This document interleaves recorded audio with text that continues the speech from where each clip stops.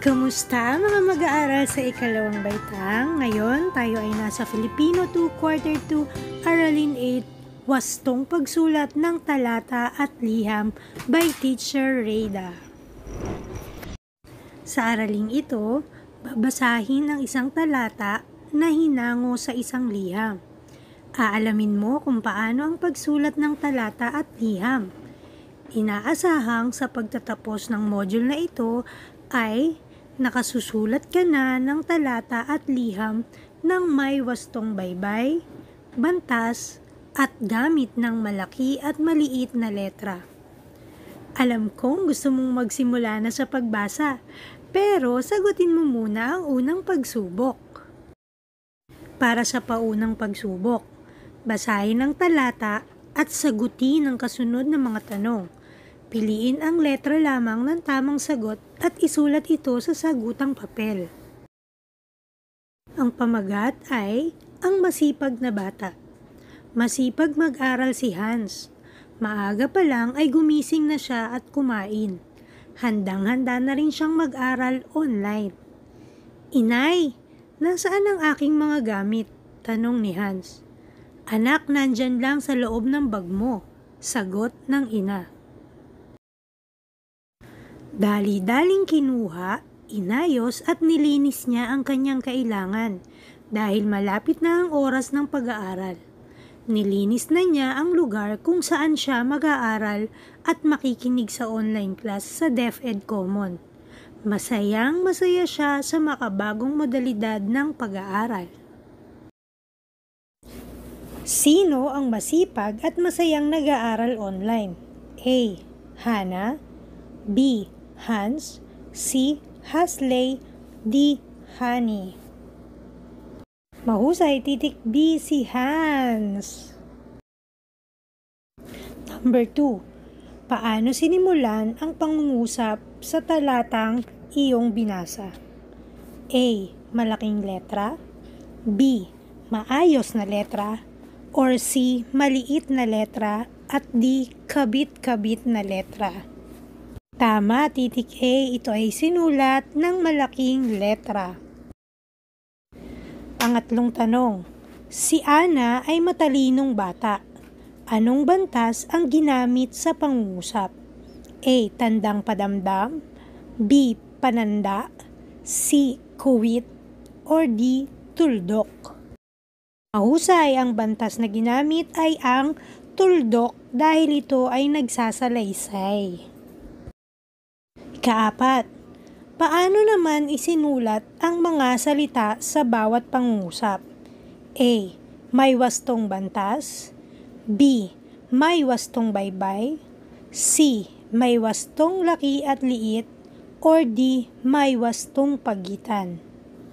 Magaling isinulat ang mga salita ng may wastong baybay. Number 5.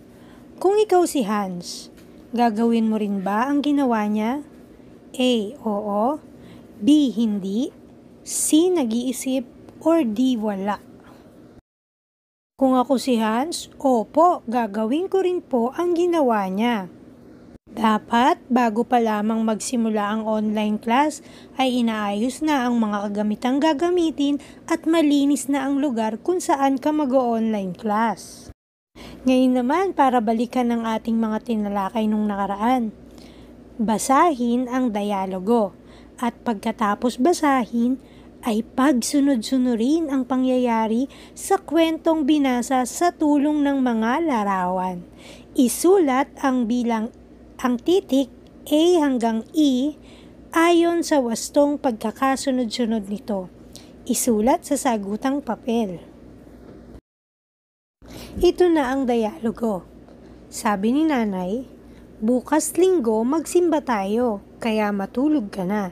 Sumagot ang kanyang anak. Opo, inay, matutulog na po ako. Kinabukasan ay ginising sila ni tatay, ang sabi nito. Gising na mga mahal ko, ihanda na ang sarili para magsimba. Tinawag ng ina ang kanyang anak. Anak, handa ka na ba? Aalis na tayo. At wari sumagot naman ang anak. Opo, inay, itay, tayo na po. At masayang naglakad patungong simbahan ang mag-anak. Ngayon mag-aaral, ito na ang mga larawan mula sa ating binasang dialogo. Alin kaya dito ang una? Mahusay. Ang number 1 ang siyang magiging titik A. Ano naman ang ikalawang nangyari? Magaling ang number 4 ang magiging titik B dahil pangalawa siyang nangyari. Ano naman kaya ang ikatlo? Tama na naman ang number 5 ang letter C. Ano kaya ang sumunod na nangyari? Magaling ang number 3 ang letter D dahil sila ay nagpunta muna sa parke pagkatapos nilang magsimba. Ano na ang huling nangyari mga bata? Napakahusay ang number 2 ang titik E dahil pagkatapos mamasyal sa parke ay umuwi na sila sa kanilang bahay. Minabati kita sa magaling mong sagot sa ating baliktanaw. Handa na ba kayo sa ating aralin? Sa araling ito, pag-aaralan mo ang tungkol sa pagsulat ng talata at liham ng may wastong baybay, bantas at paggamit ng malaki at maliit na letra. Malalaman mo kung ano ang pagkakaiba ng talata sa liham. Ngayon, pag-aralan natin ang isang liham na nasa kanan. Handa ka na ba? Ito ang halimbawa ng isang liham. Sa taas ay makikita natin ang pamuhatan. Dito makikita ang petsa at tirahan ng sumulat. Ang bating panimula naman ay dito makikita ang pangalan ng sinulatan. Ang katawan ng liham naman ay dito nababasa ang nilalaman o mensahe na nais iparating ng sumulat. Sunod naman ay ang bating pangwakas. Dito naman makikita ang lagda ng sumulat. Ayan mga bata ang bahagi ng liham. Tandaan nyo ito ha. Ang liham mga bata o sulat ay isang isinulat na may mensahe na naglalarawan ng kaalaman, balita o saloobin. Maaari ring ito ay nag-iimbita sa isang kaibigan o kaanak. Ang liham ay may iba't ibang bahagi. Una ay ang pamuhatan. Dito makikita ang petsa at tirahan ng sumulat. Pangalawa ay ang bating panimula. Dito naman makikita ang pangalan ng sinulatan. Ang ikatlong bahagi naman ay ang katawan ng liham. Dito nababasa ang nilalaman o mensahe na nais iparating ng sumulat. At ang ikaapat ay ang bating pangwakas. Dito makikita ang lagda ng sumulat. Ito naman mga bata ay halimbawa ng isang talata. Ang pamagat ng talata ay ang masipag na bata. Kung mapapansin ninyo, ang unang pangungusap ay nakapasok o naka-indent sa Ingles. Ang unang pangungusap ay hindi nakapantay sa iba pang pangungusap. Ito rin ay mayroong margin sa dalawang gilid, kung saan makikita nyo ang pagkakapantay-pantay ng mga pangungusap. Ano nga ba ang talata? Mga bata, ang talata ay binubuo ng mga pangungusap o lipon ng mga pangungusap na naglalahad ng isang bahagi ng kanyang pagkukuro, palagay o paksang diwa. Kaya niyo rin bang gumawa ng isang talata? Aba, syempre po. Ang mga bantas naman ay ginagamit sa hulihan ng isang pangungusap.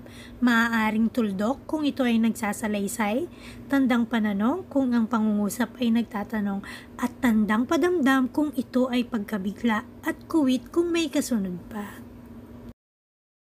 Subukan natin ngayon ang iyong pagkatuto sa pagsagot sa mga gawain. Handa na ba kayo mga mag-aaral? Babasahin ko ang liham na mula kay Hannah May. Block 4 Lot A, Villa Reform 1, Liano, Caloocan, Hunyo 10, 2020. Mahal kong kaibigang Bea. Kamusta ka na aking kaibigan? Alam mo ba na pinuri ako ng aking guro sa DepEd Common?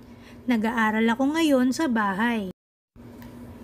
Ikaw, kumusta na? Nag-aaral ka rin ba? Sana ay maging magkaklase tayo sa online class. Ang iyong kaibigan, Hana May. Una, kailan isinulat ang liham? A. Hunyo 10, 2020. B. Hunyo 11, 2020. C. Hunyo 12, 2020. Tamang sagot ay titik A. Hunyo 10, 2020. Number 2. Sino ang kaibigan sinulatan? A. Hana, B. Bea, or C. Hani? Magaling si Bea ang kanyang kaibigang sinulatan. Ikatlong tanong, ano naman ang nilalaman ng sulat? A. Kinamusta ang kaibigan kung nag-aaral na ba? B. Kinamusta ang kaibigan kung may sakit ba? Or C. Kinumusta ang kaibigan kung nakakalabas ba? Tama na naman, titik A. Kinumusta ang kaibigan kung nag-aaral ba? Number 4. Sino ang sumulat ng liham? A. Hana May, B. Bea, or C. Hani? Napakagaling! Tama ang titik A. Si Hana May. Number 5. Ikaw ba ay may kaibigan? Gagawin mo rin ba ang ginawa ni Hana na kumustahin ang kaibigan? A. Opo, kakamustahin ko rin po ang kaibigan ko. B.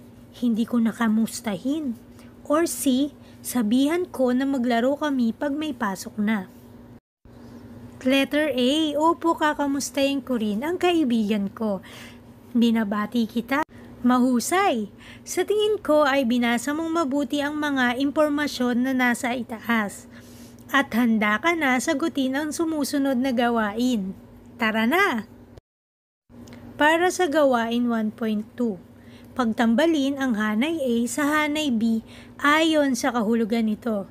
Isulat ang titik ng tamang sagot sa sagutang papel. Number 1. Pamuhatan. Alin sa sumusunod ang pamuhatan? A. Dito nakasulat ang mensahe. B. Petsa. C. Nagmamahal ang iyong kaibigan. D. Nena. Or E. Mahal kong kaibigan. Magaling, titik B. Petsa. Number 2. Bating panimula. Very good. Letter E. Mahal kong kaibigan. Number 3. Katawan ng liham. Mahusay, titik A. Dito nakasulat ang mensahe. Number 4. Bating pangwakas. Magaling, titik C. Nagmamahal ang iyong kaibigan.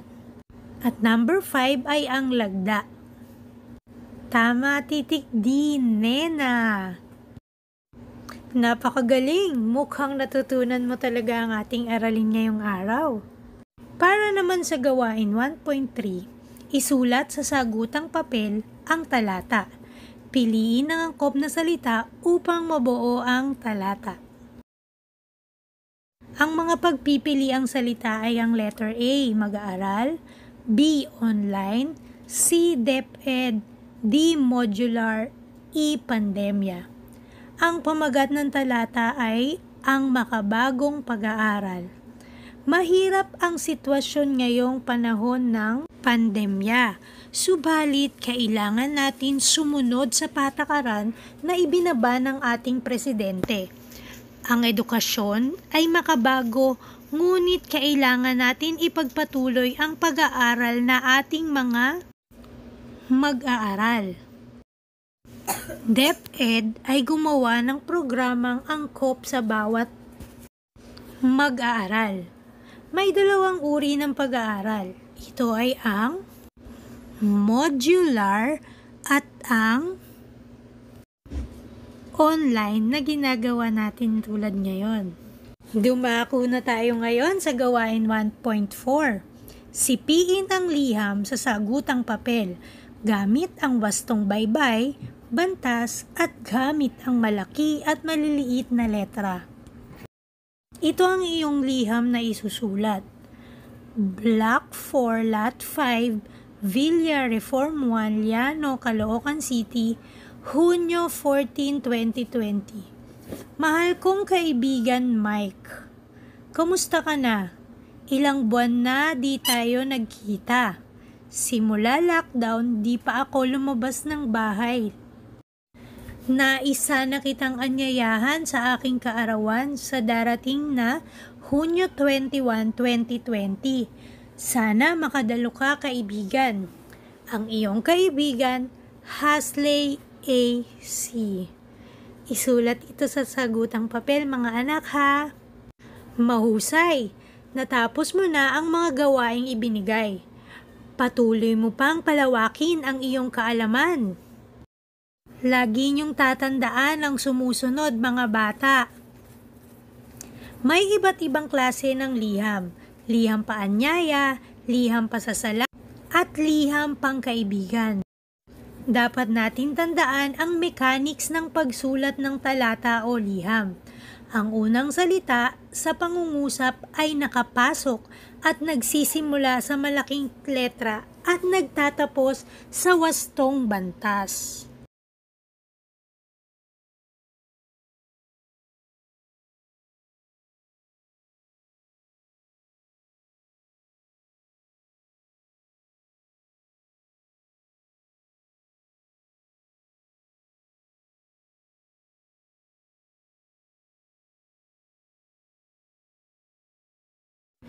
Isang gawain pa ang inilaan ko para sa inyo upang mailipat mo ang iyong natutunan.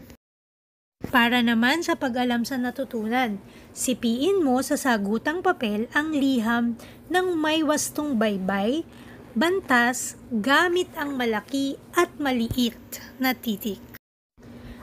Block 4, Lot 8, Villa Reform 1, Liano, Caloocan City, Hunyo 12, 2020.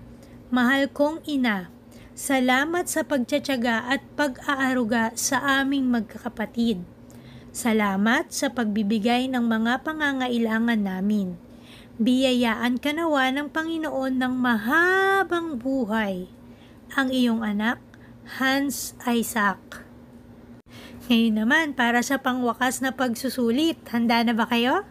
Sagutin ang sumusunod na tanong. Piliin ang letra ng tamang sagot at isulat sa sagutang papel.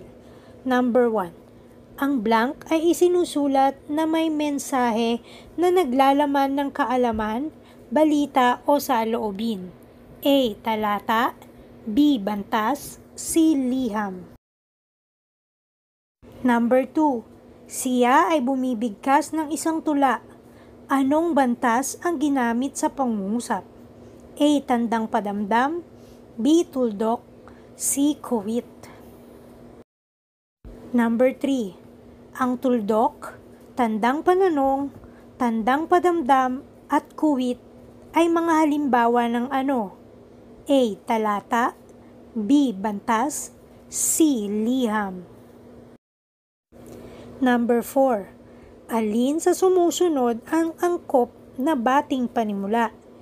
A. Mahal kong kaibigan, B. Nagmamahal, C. Ang iyong kaibigan.